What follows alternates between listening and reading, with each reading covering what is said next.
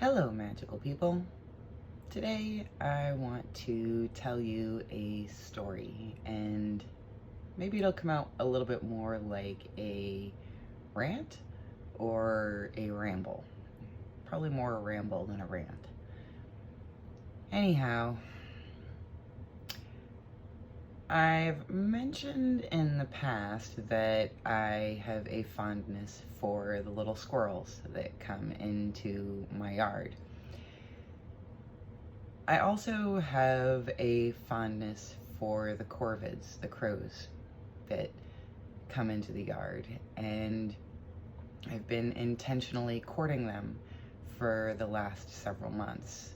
They are just such smart creatures, and they have a sense of community and a sense of loyalty and justice that I've witnessed myself, though that is a story for a different day.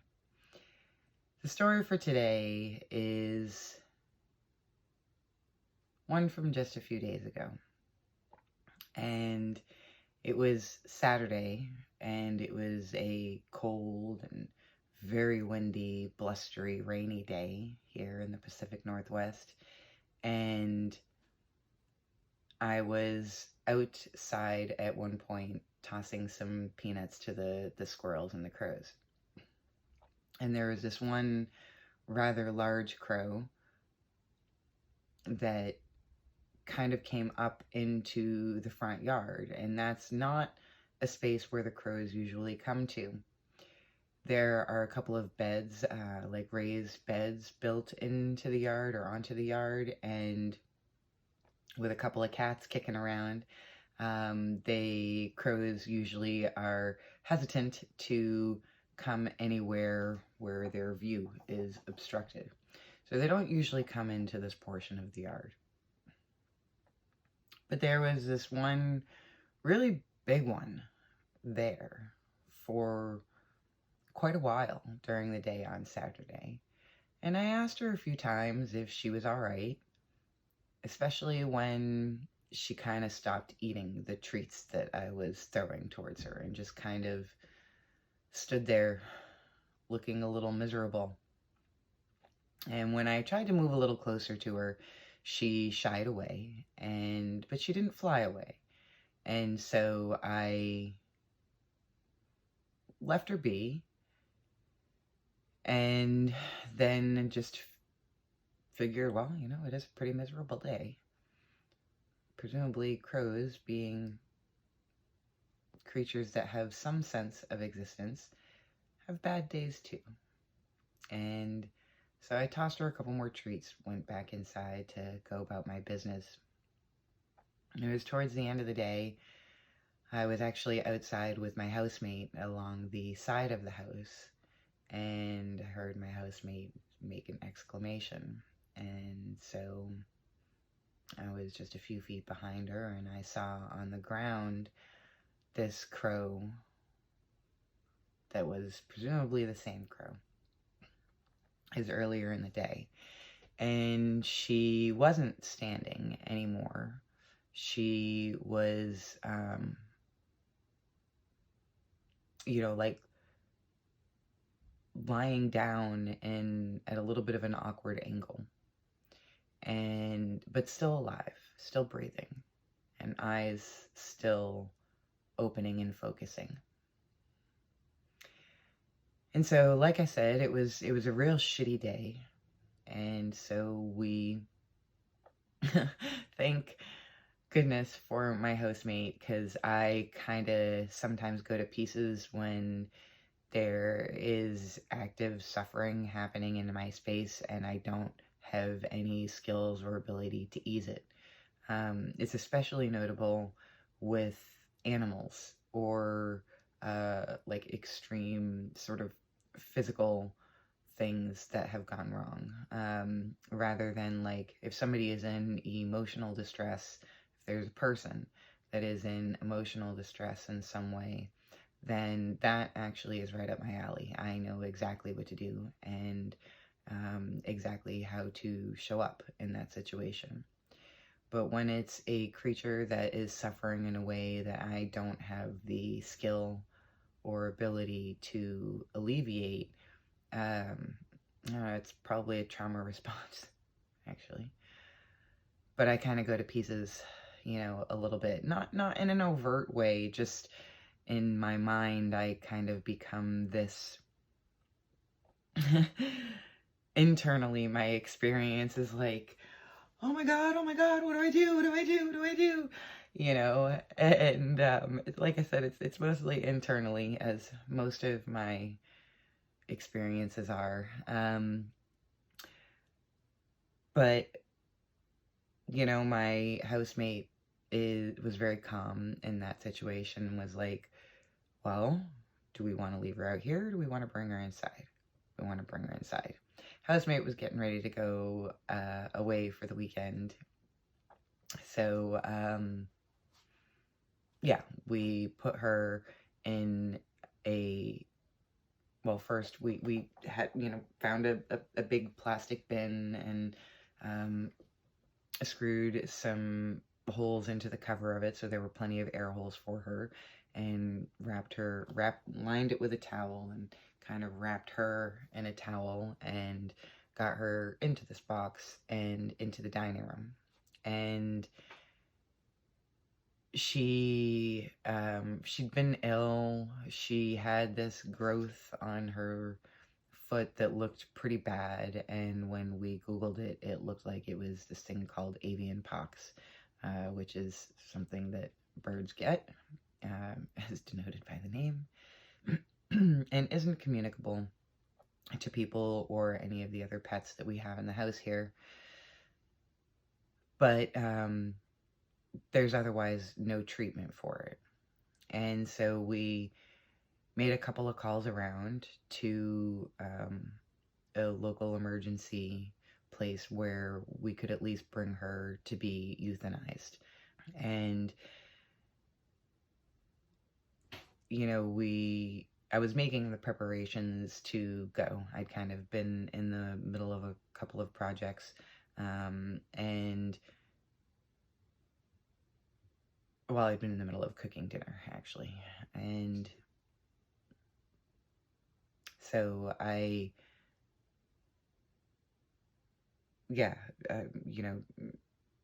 stopped that process and put the things on pause that need to be put on pause to make preparations to drive her across town. Because she was suffering. And that was the only thing that I could do, was to bring her to a place where they would help her die quicker. And, we checked on her a couple of times, my housemate and I, over this past however long it had been, 15, 20 minutes, not long. And at one point I noticed that her breathing was becoming a bit more heavy, labored, like. And so, right before I put on my shoes, I was like, I feel like I need to take another look at her.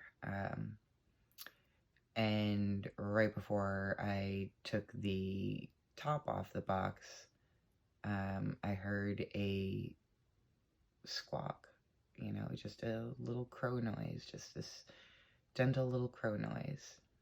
And that, I think, had been her moment of passing. So I called the hospital back and canceled the appointment so that they wouldn't be expecting me. And it's cool enough now that I just put the box in the shed for overnight, made sure that it was locked and that there was something on top of it so that no raccoons or possums or whatever's, I don't know, that might come along would be able to cause her any harm. Well, I mean, she was truly beyond harm at that point. But I didn't want her corpse to be fucked with in any way. So, the next day, I, dug a big hole and I buried her. And when I was getting ready to move her body into the hole, I opened the box. And like I said, I feed the crows. I usually do see them around. I thought I'd looked around and I hadn't seen one, but it's a city and they're kind of everywhere. So apparently there was at least one around keeping an eye on things for me. And the moment that I opened the box that she was in, there was one really loud squawk, and then they were everywhere. And it was a crow funeral. And some of them circled, many of them just sort of perched on the tree and on the wires, kind of right above me. And I don't think I was imagining it when, like, I could hear their pain. Like, they were grieving. They were mourning for one of their fallen comrades, one of their fallen compatriots, a member of their community. It was really a powerful moment. And, I can't sort of stop thinking about this crow and crows in general, and how increasingly more and more over the last couple of years, they've kind of become a part of my life in a way. And I know there's lessons there to be learned, and I very distinctly get the feeling that they are showing up as a guide for me at this particular time. They've kind of joined the crew of guides that I'm consciously aware of. So yeah, I know that there are more things for me to learn from crows, whether physical or in the spirit realm. But this one had it had a message that just kind of came through today, really. I'd been thinking about how it was almost like earlier in the day, some part of this crow was sort of checking me out. But it's like, I feel like she chose me. She chose this space, my yard. She chose this as a place for her to die. And I feel honored by that in this really strange, deep way. And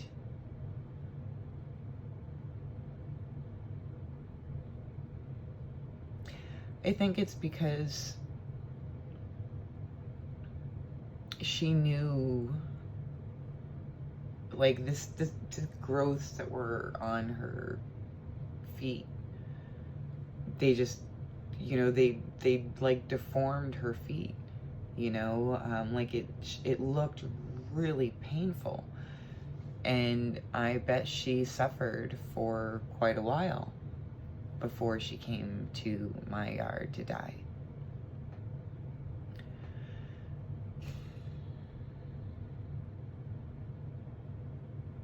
And in the end, instead of dying alone in the dusk, in the wind and the rain, she died in a space that was warm and full of care for her. And it was dry, And her passing was witnessed by strangers. And strangers in so many ways. Like, we weren't even of her species.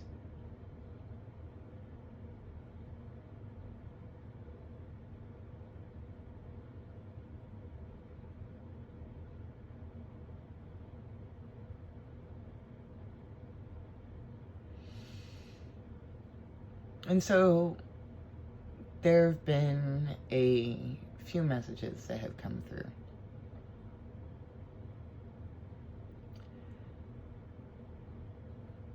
But the one that struck me today was just this knowing that it's part of the path I chose in this life to temper the grief and the loss and the anger and sadness into joy and wisdom and gratitude.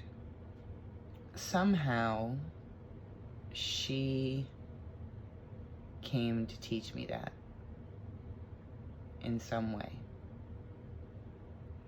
So maybe I'll keep you all posted on how the joy shows up out of this situation, because it hasn't yet, but I trust that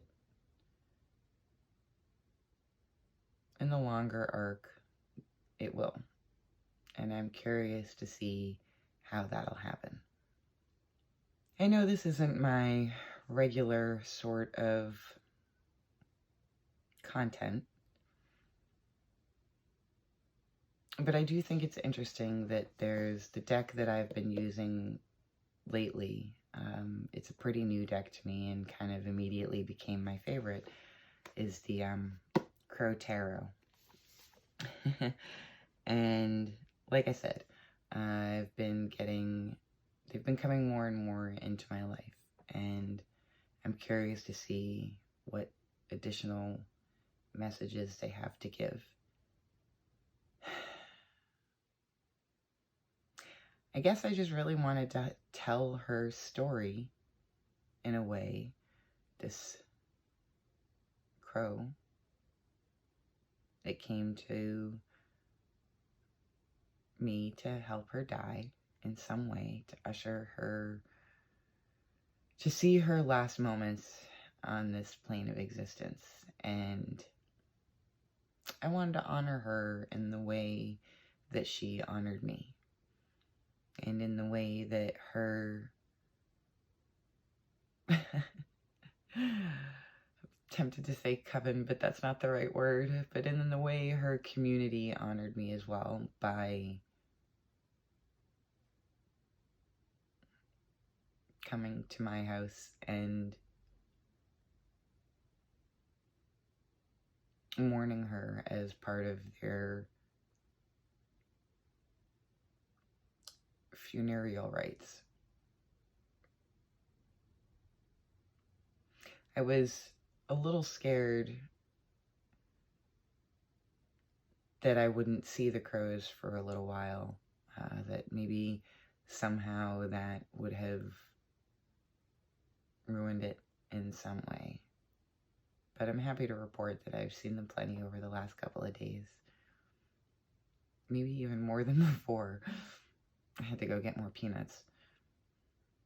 Anyhow, I guess that's really all I wanted to say. This is a new way of sharing for me, so I hope that you enjoyed this in some way. Please don't forget to be kind and gentle with yourself, my magical friends, and I will see you